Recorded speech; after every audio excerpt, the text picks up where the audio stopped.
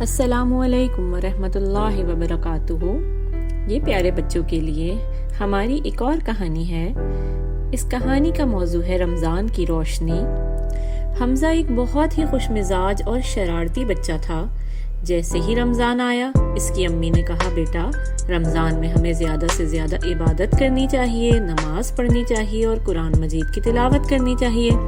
حمزہ نے جوش سے سر ہلایا، جی امی، میں روزانہ نماز پڑھوں گا اور قرآن بھی پڑھوں گا۔ پہلے 2 دن حمزہ بہت شوق سے ہر نماز کے وقت وضو کرتا، قرآن کھول کر پڑھتا اور دعا بھی مانگتا، مگر تیسرے دن اس کا دل اداس ہونے لگا۔ وہ تھوڑا تھوڑا سستی محسوس کرنے لگا۔ امی، میرا دل نہیں کر رہا کہ میں نماز پڑھوں، حمزہ نے منہ بسورتے ہوئے کہا۔ امی مسکرا کر بولی، بیٹا آؤ میں تمہیں ایک کہانی سناتی ہوں۔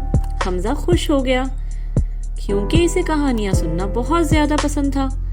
امی نے کہنا شروع کیا، ایک مرتبہ ایک گاؤں میں ایک چھوٹا سا پودا تھا۔ جب کسان اسے پانی دیتا تو وہ تیزی سے بڑھنے لگتا، لیکن جب پانی بند ہو جاتا تو وہ پھر سے کمزور ہو جاتا۔ یہ تو عام سی بات ہے امی، حمزہ نے حیرانی سے کہا۔ امی نے نرمی سے کہا، بیٹا ہمارا دل بھی ایک پودے کی طرح ہوتا ہے۔ جب ہم نماز پڑھتے ہیں، قرآن پڑھتے ہیں اور اللہ سے دعا کرتے ہیں تو ہمارے دل کو روشنی اور سکون ملتا ہے۔ اگر ہم یہ چھوڑ دیں تو دل کمزور ہو جاتا ہے اور شیطان ہمیں سست اور کاہل بنا دیتا ہے۔ حمزہ نے سوچا اور بولا، تو اس کا مطلب ہے کہ اگر میں نماز اور قرآن چھوڑ دوں تو میرا دل کمزور ہو جائے گا؟ بالکل بیٹا، امی نے پیار سے جواب دیا۔ اور رمضان میں تو اللہ تعالیٰ کی خاص رحمتیں نازل ہوتی ہیں۔ جو شخص اللہ کے قریب ہوتا ہے وہ دنیا اور آخرت میں کامیاب ہی کامیاب ہوتا ہے۔ حمزہ کے چہرے پر مسکراہٹ آ گئی۔ امی، اب میں نماز اور قرآن بالکل نہیں چھوڑوں گا، اور میں اپنے دوستوں کو بھی بتاؤں گا کہ اللہ کی رحمتیں حاصل کرنے کے لیے ہمیں عبادت میں سستی نہیں کرنی چاہیے۔ آپ کو ہماری کہانی کا موضوع کیسا لگا؟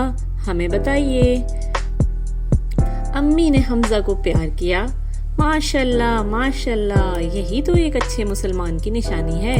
اس دن کے بعد حمزہ نے پورے رمضان نماز اور قرآن کی تلاوت میں کوئی کوتاہی نہیں کی اور دوسروں کو بھی اس کی ترغیب دیتا رہا۔ اس کہانی سے پیارے بچوں ہمیں کیا سبق ملتا ہے؟ کہ اللہ تعالیٰ کی عبادت ہمیں روحانی طاقت دیتی ہے۔ اگر ہم دل لگائیں تو رمضان میں دعا اور قرآن کی محبت کبھی کم نہیں ہوگی۔